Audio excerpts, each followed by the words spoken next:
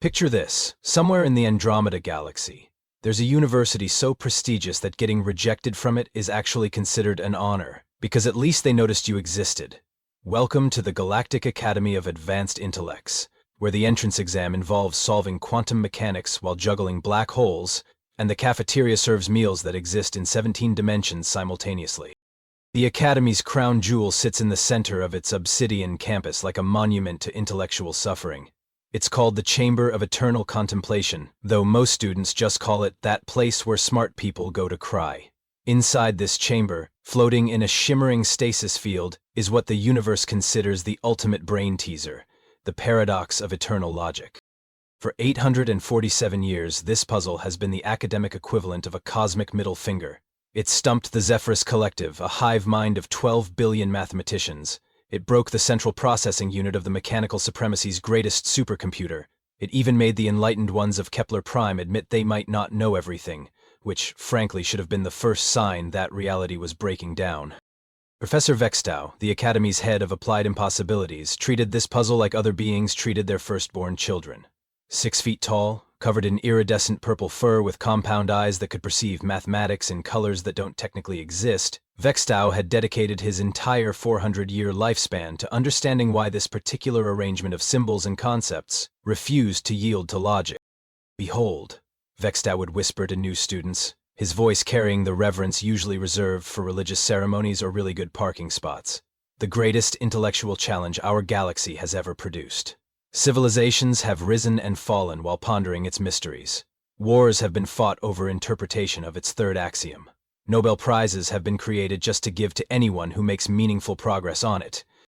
Chancellor Grimbach, a being who looked like someone had taught a boulder how to wear academic robes, nodded with the solemnity of a funeral director. Made entirely of crystallized thought rock from the philosophical minds of Rigel 7, Grimbach embodied the Academy's dedication to pure intellectual pursuit. His species didn't eat, sleep, or reproduce. They just thought really hard about things until either enlightenment occurred or they cracked into smaller, equally contemplative pebbles. "The paradox," Grimbach would intone in his voice like grinding granite, "represents the absolute pinnacle of cognitive challenge. It is said that whoever solves it will unlock the fundamental nature of existence itself, though personally I suspect they'll just get a really nice certificate and maybe a parking space closer to the library." The puzzle chamber was always packed with the galaxy's brightest minds, all staring at the floating symbols with expressions ranging from intense concentration to the 1,000-yard stare of intellectual defeat. Beings from hundreds of worlds sat in meditation poses that defied several laws of physics, their brains practically smoking from the effort of engaging with concepts that existed just beyond the edge of comprehension. And then, on a Tuesday that would go down in galactic history as either the best or worst day ever depending on your perspective, the Academy received news that would make Vextow's fur stand on end and cause Grimbach to develop his first stress fracture in 3 centuries. The humans had been accepted for membership. The notification came through official channels, signed by the Galactic Council of Educational Standards with all the proper stamps and seals.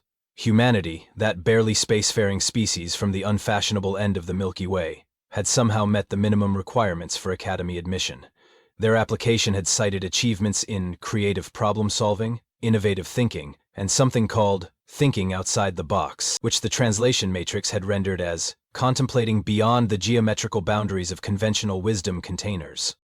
Vextow had stared at the admission notice for 17 straight hours before his assistant found him muttering equations under his breath and stress-molting. The very idea that these upstart mammals, who had only discovered fire a few cosmic moments ago, would be sharing classrooms with minds that had been pondering the universe's secrets since before their star was born, seemed like either a cosmic joke or the first sign of an impending apocalypse.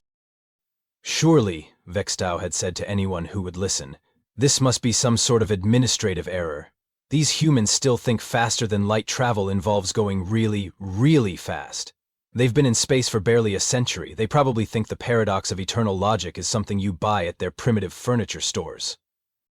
But the paperwork was official, the seals were legitimate, and somewhere in the vast bureaucracy of the galaxy, humanity had been deemed ready to join the intellectual elite. Whether the galaxy was ready for humanity, however, was an entirely different question. As news of the human admissions spread through the Academy's halls, a mixture of curiosity, dread, and scholarly excitement began to percolate through the student body. Some wondered what fresh perspectives these newcomers might bring, others worried about what chaos might follow, and a few, like Professor Vextow, saw an opportunity to definitively prove that some species were simply more equipped for higher learning than others. The stage was set for what would either be the greatest academic triumph in galactic history, or the most entertaining intellectual disaster anyone had ever witnessed. Knowing humans, it would probably be both. 3 weeks later, the Academy's transport bay received its most anticipated and dreaded arrival in centuries. The entire faculty had gathered to witness humanity's intellectual representative, expecting perhaps a Nobel laureate, a quantum physicist, or at minimum someone who could spell quantum physicist correctly. What they got was Jake Martinez. Jake emerged from the transport shuttle wearing a wrinkled t-shirt that read, "I'm not arguing, I'm just explaining why I'm right." Cargo shorts that had seen better decades, and flip-flops that made an embarrassing slapping sound with each step. His hair looked like he'd been struck by lightning, and he carried a single duffel bag that appeared to contain mostly snack foods and what looked suspiciously like comic books. Hey there," Jake said, looking around at the assembled alien dignitaries with the casual interest of someone who'd stumbled into the wrong elevator. "This is the place with the free food, right? Because the brochure definitely mentioned free food, and I've been eating nothing but space rations for 2 weeks. Do you guys have pizza? Please tell me someone in this galaxy has figured out pizza." Professor Vextow's compound eyes twitched in a way that suggested either deep philosophical contemplation or the onset of a nervous breakdown. "You are humanity's representative to our institution of higher learning?" "Representative? Nah, man, I'm just Jake. I applied because my girlfriend dumped me, I was bored, and honestly, your application process was way easier than getting into community college back home. Plus, alien chicks, am I right?" Jake grinned at the assembled crowd of beings, most of whom didn't have anything resembling facial expressions to convey their horror. "The acceptance letter said something about expanding my intellectual horizons, which sounds cool, but mostly I'm here for the cultural exchange program. Do any of you guys watch reality TV? I've got 3 seasons of The Bachelor downloaded on my tablet." Chancellor Grimbach's crystalline structure began developing stress fractures that sparkled in the Academy's artificial lighting. In his 3-century academic career, he had welcomed Nobel Prize winners, minds capable of visualizing 11-dimensional mathematics and beings who could literally think in quantum superposition. He had never welcomed someone whose primary qualification appeared to be an ability to consume large quantities of processed snack foods.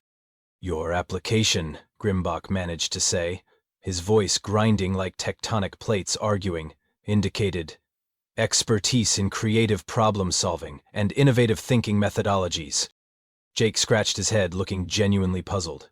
"Oh yeah, that. My buddy Dave helped me fill out the application.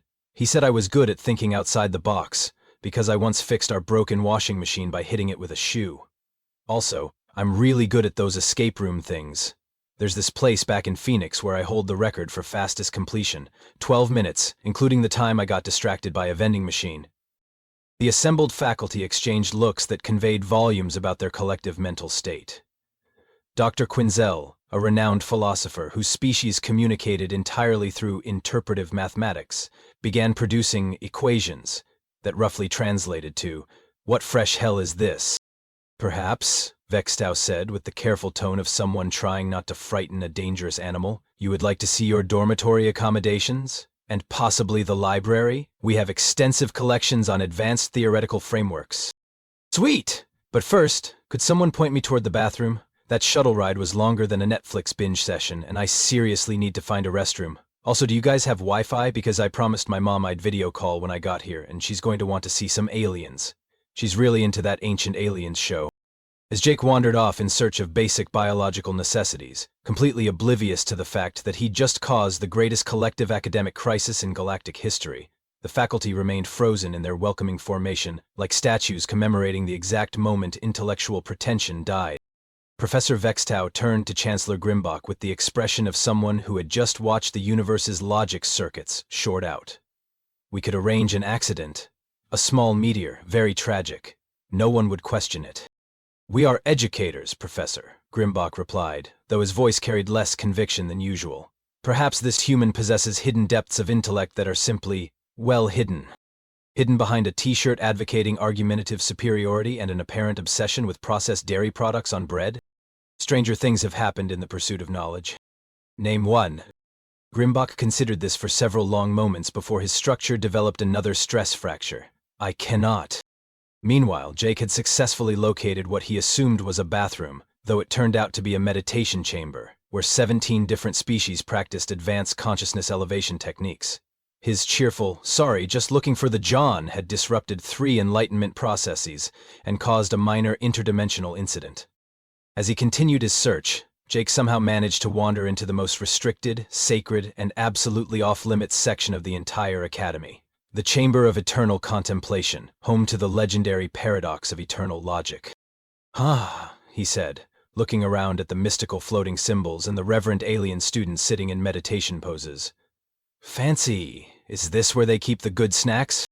The sound of Jake's flip-flops slapping against the chamber's sacred crystalline floor was like nails on a chalkboard. If chalkboards could achieve enlightenment and nails were capable of destroying centuries of academic tradition. Every alien head turned toward him with expressions ranging from shock to the kind of religious horror usually reserved for witnessing the heat death of the universe.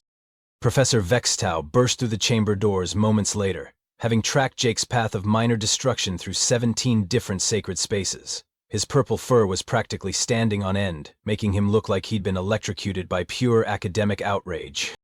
"Human, you cannot be here. This is the Chamber of Eternal Contemplation. Students spend decades earning the privilege to even glimpse the paradox." Jake looked around with the mild interest of someone who'd wandered into a museum gift shop. "Oh, cool. Is this like an art installation? Very abstract. I dig it. Reminds me of that time my roommate tried to explain cryptocurrency while drunk." The gathered students represented the cream of galactic intellectual achievement. There was Quinella, a slug-like mathematician from the scholarly swamps of Academus Prime, whose species could calculate interdimensional calculus in their sleep. Her eye stalks were currently extended to their maximum length, in what her people called academic alarm position. Braxton 7, an android constructed by the logical supremacy to embody perfect rational thought, was making small beeping sounds that roughly translated to system error, logic circuits overheating. His chrome head was actually smoking slightly. And then there was Pip, a small, tentacled creature from the Anxiety Nebula whose species had evolved to worry about problems that didn't exist yet. Pip was currently vibrating at a frequency that made nearby glass resonate ominously, his tentacles writhing in patterns that meant impending intellectual doom detected.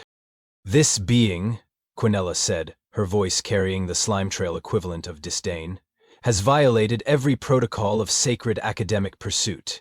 The paradox of eternal logic has been contemplated by our greatest minds for centuries. It cannot simply be approached by some random mammal wearing foot coverings designed for aquatic environments." Jake looked down at his flip-flops. "These? Nah, they're just comfortable. Plus they're great for quick bathroom runs, which, speaking of, I still haven't found the—" Silence. Professor Vextau's voice carried enough authority to stop a supernova mid-explosion. "You dare stand before the universe's greatest intellectual challenge, wearing the attitude of someone who considers deep thought a recreational activity?" "Hey now," Jake said, finally looking mildly interested. "No need to get all worked up, Professor. He squinted at Vextau's name tag. "Vextaco? That can't be right." "Vextau, and I am not worked up. I am experiencing righteous academic indignation at your casual disrespect for centuries of scholarly tradition." Jake shrugged. "Okay, Professor Vextau, what's got everyone's lab coats in a bunch? Is this some kind of test or something? Because I should probably mention I'm terrible at tests. I once failed a multiple-choice quiz where 3 of the 4 answers were potato." The chamber fell silent except for the sound of Pip's increasingly frantic vibrations and Braxton 7's occasional error beeps. Professor Vextau saw an opportunity that glittered like a perfectly cut gemstone of academic superiority. "Very well, human, since you seem so casual about intellectual challenges, perhaps you would care to attempt what has stumped the greatest minds in galactic history?" Vextau's voice dripped with the kind of satisfaction usually reserved for watching your academic rivals fail spectacularly. "Behold, the paradox of eternal logic." He gestured dramatically toward the floating array of symbols, equations, and concepts that hung in the chamber's center, like a 3-dimensional mathematical nightmare.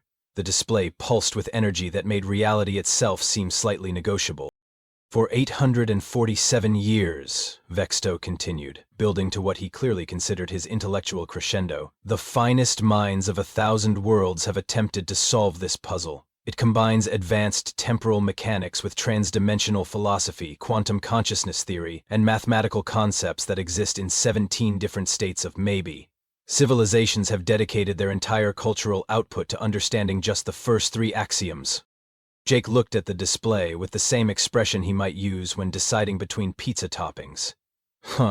Looks complicated. What happens if someone solves it? If someone solves it? Quinella's eye stalks curved in what passed for laughter among her species. The likelihood of that occurring is so small, it would require scientific notation with more zeros than there are atoms in the observable universe.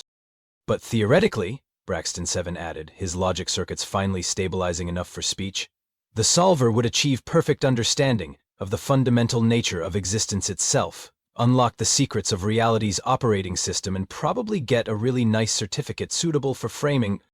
Plus, Pip added in his nervous whisper, tenure, definitely tenure, and parking, really good parking. Jake nodded thoughtfully. Cool. And there's no time limit or anything? Professor Vextow's compound eyes gleamed with anticipation. Here was his chance to demonstrate once and for all the intellectual superiority of advanced galactic civilizations over these primitive mammals. None whatsoever. Take all the time you need. We shall simply observe as you attempt to engage with concepts that have challenged minds far greater than yours. All right, Jake said, cracking his knuckles with the casual confidence of someone about to tackle a crossword puzzle. Let's give this bad boy a shot. But first, anyone got a pen? I think better when I can doodle. What followed was perhaps the most academically traumatic hour in galactic educational history. While the assembled minds of the universe's intellectual elite watched in fascination, horror, and slowly dawning existential dread, Jake Martinez approached the paradox of eternal logic like he was troubleshooting a broken video game console. Professor Vextow had provided him with what the Academy considered a writing implement. A crystalline stylus that could inscribe thoughts directly onto reality's fabric using pure, concentrated intellect. Jake looked at it, shrugged, and pulled out a regular ballpoint pen from his pocket. This'll work better, he said, and immediately began drawing stick figures on the back of an official Academy enrollment form. I always think clearer when my hands are busy. My therapist back home says I have kinesthetic learning tendencies, which basically means I'm fidgety. The first stick figure appeared to be riding a motorcycle. The second was juggling what looked like planets. The third was giving a thumbs up to a drawing that might have been either a dog or a very optimistic interpretation of quantum mechanics. Quinella's eye stalks were now fully extended in what her species called maximum academic alarm configuration. The human is doodling on official documents, while contemplating the universe's greatest intellectual challenge. My sensors indicate his neural activity is completely scattered, Braxton 7 reported, his chrome head swiveling to track Jake's seemingly random movements. Instead of focusing on the logical frameworks, he appears to be thinking about something called nachos, the plot of a movie involving explosions, and whether his parking meter has expired. This is not how problem-solving works. Pip's tentacles were vibrating at frequencies that were starting to affect local space-time. He's going to break something, I can sense it. Maybe reality itself. Do we have insurance for reality damage? Someone should check the policy documents. But Jake was just getting started. After finishing his stick figure masterpiece, he stood up and began walking around the chamber, completely ignoring the floating display of cosmic complexity. Instead, he seemed more interested in the architecture.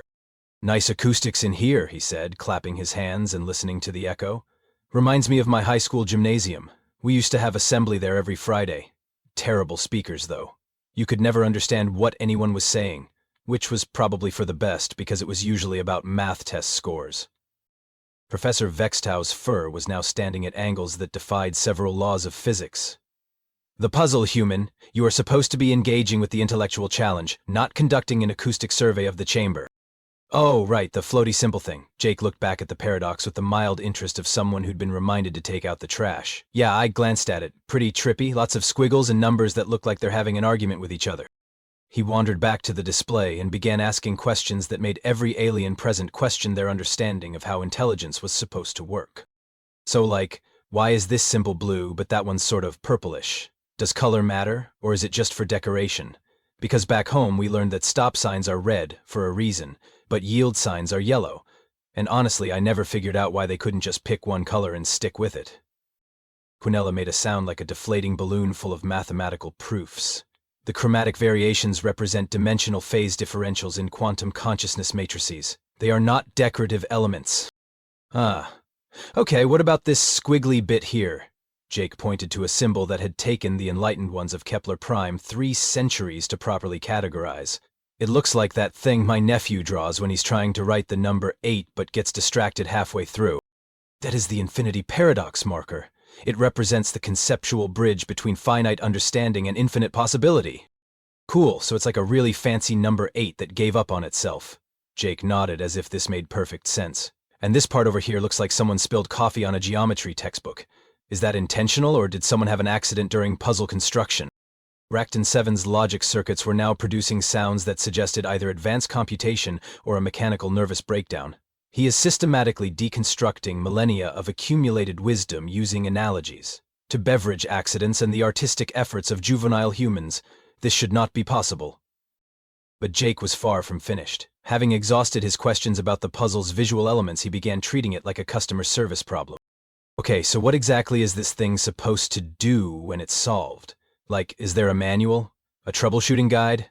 Because usually when I can't figure something out, I just Google it or call tech support. Do you guys have tech support for cosmic mysteries? Professor Vextau was now making small, whimpering sounds. It does not do anything in a functional sense. It is a pure intellectual challenge designed to test the absolute limits of cognitive capacity. So it's basically cosmic Sudoku. It is not cosmic Sudoku. Because I'm pretty good at Sudoku. There's this app on my phone, and I can usually finish the medium difficulty ones during my lunch break. The hard ones take longer, but that's mostly because I get distracted by notifications. Jake pulled out his phone and began scrolling through it while simultaneously staring at the floating puzzle. Oh hey, looks like I got Wi-Fi in here, sweet. You guys have really good internet, much better than my apartment complex. As he scrolled through social media with one hand and gestured at cosmic equations with the other, Jake began doing something that would have been impressive if it wasn't so absolutely terrifying to witness. He started solving the puzzle by treating it like a casual conversation with an old friend. You know what this reminds me of, he said, showing his phone screen to the nearest floating symbol as if it might be interested in his Instagram feed. That time, I was putting together IKEA furniture, and the instructions were in like 6 different languages, but none of them made sense, so I just started putting pieces together until something looked right. The symbols began to pulse slightly brighter.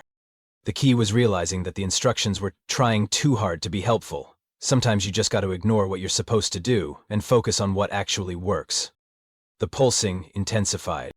Jake looked up from his phone with the expression of someone who just remembered where they left their car keys. Oh duh. This isn't about being smart enough to solve it. It's about being dumb enough to ignore how hard it's supposed to be. And then, with the casual confidence of someone who had never learned that some things were impossible, Jake Martinez did something that would change the course of galactic academic history forever. He drew a smiley face. Jake Martinez, armed with a 29-cent ballpoint pen from a gas station in Phoenix, Arizona, reached toward the holographic display of the universe's most challenging intellectual puzzle and drew 2 dots for eyes and a curved line for a smile right across the center of the infinity paradox marker. For exactly 2.7 seconds, nothing happened. The assembled geniuses held their breath, Professor Vextau prepared his most scathing academic dismissal, and Pip's anxiety levels reached frequencies that were starting to interfere with local radio broadcasts. Then the universe hiccuped. The smiley face began to glow. Not the gentle, scholarly glow of enlightenment that everyone expected from a properly solved cosmic mystery, but the bright, cheerful glow of a neon sign advertising late-night diners and questionable life choices. The smile got bigger, the dots sparkled, and then, with a sound like reality clearing its throat, the entire paradox of eternal logic rearranged itself around Jake's childish doodle. "Oh, that's not supposed to happen," Braxton 7 announced with the calm certainty of an android watching his worldview collapse in real time. "That is very much not supposed to happen." The floating symbols began spinning, rearranging themselves into patterns that made geometric sense for the first time in 8 centuries. Ancient equations that had been locked in mathematical combat with each other suddenly shook hands and became friends. The dimensional phase differentials that Quinella had spent her entire academic career studying lined up, like obedient students, and began humming in harmony. "What have you done?" Professor Vextow shrieked, his voice reaching octaves that his species wasn't technically supposed to be capable of producing. His purple fur was now standing at angles that suggested either advanced enlightenment or complete psychological breakdown. Jake looked up from his phone, where he'd been checking his Instagram notifications during the universe's moment of cosmic revelation. Oh, hey, something's happening with the floaty thing. That's cool. Is it supposed to be making that noise? The noise in question sounded like 1,000 mathematicians simultaneously achieving orgasm while a choir of quantum physicists sang hallelujah in frequencies that existed only in theoretical dimensions. The chamber's crystals were ringing like bells, reality was humming like a well-tuned engine, and somewhere in the distance what sounded suspiciously like the universe's own voice was laughing. Impossible, Quinella whispered, her eye stalks retracting in what her species called complete academic denial position. The paradox has been solved, actually solved, by a mammal who thinks dimensional mathematics is decorative, and who just compared the fundamental nature of existence to furniture assembly instructions. Chancellor Grimbach chose this moment to arrive, drawn by reports of unusual activity in the sacred chamber. His crystalline form took in the scene, the transformed puzzle spinning cheerfully around Jake's smiley face, the catatonic faculty, and Jake himself, who was now taking a selfie with the cosmic revelation happening behind him. Fascinating, Grimbach said in his grinding stone voice, which was probably the most emotion he'd expressed since the Cretaceous period. How did you arrive at this solution, human Jake? Oh, it was easy, Jake replied, turning the phone to get a better angle. See, everyone was making it way more complicated than it needed to be. Like, I looked at all those symbols and equations and whatever, and I realized they were all basically just trying to ask one simple question. Which question? Professor Vextow managed to croak, his voice now operating at frequencies typically reserved for academic grief counseling. What makes existence worth existing? Jake said, as if this was the most obvious thing in the galaxy. Like, what's the point of having consciousness and reality and all that cosmic stuff if you can't enjoy it? And the answer is, happiness, joy, the simple stuff that makes you smile. The chamber fell silent except for the sound of minds being blown and academic paradigms crashing like poorly constructed theoretical frameworks. The floating display pulsed once more, then projected a message in letters of pure light that appeared in every language simultaneously.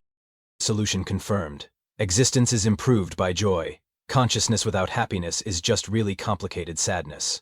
The universe approves of smiling faces. Academic credit awarded to Jake Martinez, Phoenix, Arizona, Earth, Sol System, Milky Way Galaxy. Tenure recommended. Really good parking assigned? Braxton Seven's head actually began smoking as his logic circuits attempted to process the implications. The greatest intellectual challenge in galactic history. 847 years of accumulated scholarship. Millions of the finest minds dedicating their entire existence to unlocking the secrets of cosmic understanding. And it was solved with a smiley face? Jake said helpfully. Sometimes the simplest answer is the right answer. Like, my dad always said that when you hear hoofbeats, think horses, not zebras. Although in this case, I guess it would be more like, when you see cosmic complexity, think happiness, not interdimensional suffering or whatever. Professor Vextow made a sound like a deflating balloon filled with mathematical proofs and existential dread. His entire worldview, built over 4 centuries of dedicated intellectual pursuit, had just been demolished by a 20-something human with a gas station pen and the philosophical depth of a motivational poster. But the complexity, he whispered. The layers of meaning, the dimensional frameworks, the quantum consciousness matrices. Yeah, those were all just fancy ways of asking the same question, Jake said, finally putting his phone away and giving the professor his full attention, which was probably the most intellectually generous thing anyone had done for Vextow in decades. Sometimes, when you make something really complicated, you forget what you were trying to figure out in the first place. The puzzle display began to fade, its cosmic purpose fulfilled, but the smiley face remained, floating in the center of the chamber, like a cheerful reminder that sometimes the universe just wanted everyone to lighten up a little. Pip, who had been vibrating at anxiety frequencies for the past hour, suddenly stopped shaking entirely. You know what? He said in his small, tentacled voice. I feel better. For the first time in my entire academic career, I actually feel relaxed. That's the point, Jake said, grinning at the small creature. Life's too short to spend it all worried about stuff, even cosmic stuff, especially cosmic stuff. And with that profound observation, delivered with all the gravitas of someone discussing the weather, Jake Martinez had not only solved the universe's greatest intellectual challenge, but had accidentally triggered the most significant philosophical revolution in galactic academic history. Chancellor Grimbach, still processing the implications of what he'd just witnessed, turned to Professor Vextow with something that might have been sympathy, if rocks were capable of sympathy. "Perhaps," he said carefully, "we should revise our entrance requirements." Within 47 minutes of Jake's smiley face solution, news of the breakthrough had spread across 17 star systems, crashed 3 academic networks, and caused the Galactic Council of Higher Education to call an emergency session, for the first time since the Great Library Fire of Rigel 7. The universe's intellectual community was experiencing what could only be described as a collective identity crisis of cosmic proportions. Jake, meanwhile, had become increasingly uncomfortable with all the attention. Word of his achievement had transformed him from anonymous exchange student to galactic celebrity faster than he could say, "I just want to go back to my dorm and watch Netflix." Alien news crews were setting up equipment in the academy hallways, distinguished professors were arriving via emergency transport from distant worlds, and somewhere in the administrative offices, a team of very confused bureaucrats were trying to figure out how to process paperwork for humanity's first recipient of the Universal Prize for Ontological Excellence. "This is getting weird," Jake announced to anyone within earshot as he tried to navigate through a crowd of alien journalists, each representing a different species version of academic media. "Like, really weird. Weirder than that time my roommate tried to make pizza with breakfast cereal." A reporter who looked like a walking tree with too many eyes thrust a recording device in Jake's direction. "Jake Martinez of Earth, how does it feel to have revolutionized the fundamental understanding of existence itself?" About the same as before, I guess," Jake replied, clearly wishing he was literally anywhere else in the galaxy. "Look, I just drew a happy face on some floaty math thing. It's not like I cured space cancer or invented teleportation. Speaking of which, do you guys have teleportation? Because I'd really like to teleport back to my room right now." Professor Vextow, who had spent the past hour in what the Academy's medical staff was calling acute philosophical shock, was now following Jake around like a lost puppy who'd had his entire understanding of doghood challenged. His purple fur had gone through several color changes, settling on a shade that his species typically reserved for moments of profound existential uncertainty. "But you must understand," Vex now pleaded, his voice carrying the desperate edge of someone whose life's work had been both validated and completely invalidated simultaneously. "The implications of your solution extend far beyond simple symbolic representation. You have demonstrated that intuitive understanding can transcend analytical frameworks. This changes everything we know about consciousness, reality, and the nature of intellectual pursuit itself." "Dude, I really just wanted to find a bathroom," Jake replied with the patience of someone explaining obvious things to very smart people who had somehow missed the obvious. The happy face thing was just because the puzzle looked sad. Like all those symbols seemed really stressed out, you know? They needed to chill. Behind them, the Academy was experiencing what could generously be called controlled chaos, and more accurately described as the complete breakdown of educational order as we know it. News of Jake's success had inspired other human students to attempt previously unsolvable problems using what the faculty was now calling Martinez methodology, which seemed to involve ignoring everything they'd been taught about proper academic procedure. In the mathematics department, a human named Kevin from Detroit had solved a millennium-old geometric proof by folding the problem statement into a paper airplane and throwing it at the equation, somehow demonstrating that the answer was, obviously, just spin it around. It's the same shape. The theoretical physics wing was in uproar after a sophomore from Nebraska had resolved a quantum mechanics paradox by pointing out that the particles were probably just confused and needed someone to explain things more clearly. The philosophy department had been forced to close temporarily after a human philosophy major had answered the question, "What is the meaning of life?" with, "To live it, duh," causing 3 professors to require immediate counseling and 1 to apply for early retirement to pursue a career in practical vocational training. Chancellor Grimbach found himself in the unprecedented position of having to manage the galaxy's first case of intellectual revolution by common sense. His crystalline structure had developed so many stress fractures that he was starting to resemble a very thoughtful pile of gravel with administrative responsibilities.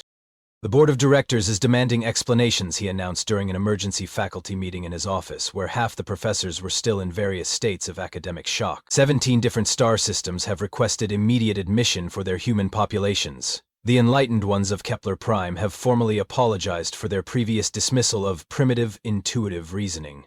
And the Galactic Prize Committee has asked if we can provide documentation proving that Jake Martinez is actually sentient. Because apparently, they have never encountered someone who could solve cosmic mysteries while simultaneously checking social media. Professor Vextow, who was still processing his own intellectual transformation, raised a trembling appendage. Chancellor, I believe we may have fundamentally misunderstood the nature of intelligence itself. What if advanced cognitive capacity isn't about complex analysis at all? What if it's about the ability to find simple truth within complexity? What if, interrupted Dr. Quinella from her corner, where she'd been quietly having what her species called a mathematical identity crisis, intelligence is actually about knowing when to stop thinking and start feeling?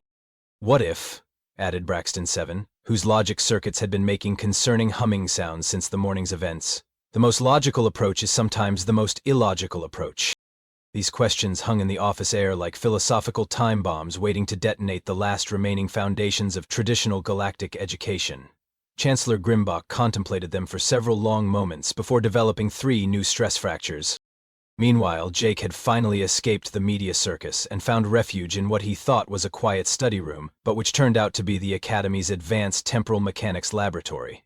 He was currently sitting at a table covered with equations that described how to fold space-time like origami, completely ignoring them while video calling his mother on Earth. Yeah, Mom, the food's weird, but it's growing on me. No, I haven't made any friends yet, but there's this really anxious squid thing that seems nice. What? Oh, the classes are fine. I accidentally solved some puzzle thing today, and now everyone's being weird about it. Yeah, I know you always said I was smart, but these aliens act like I just invented fire or something.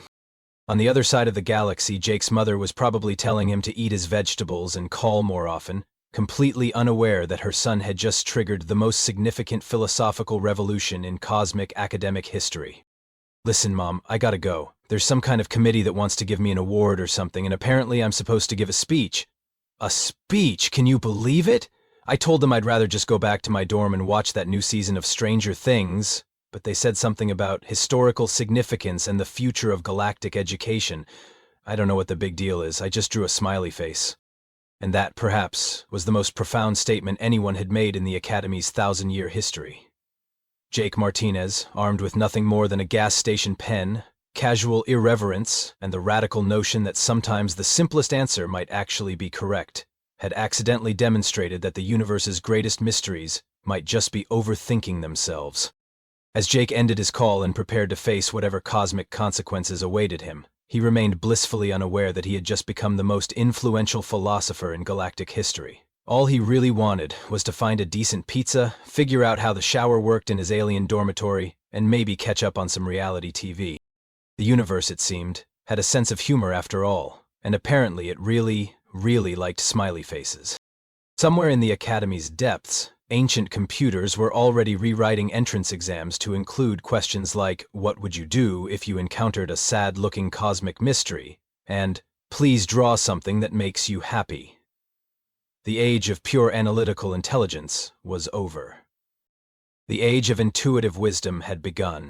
And it all started with a 29-cent pen and a guy who just wanted to use the bathroom.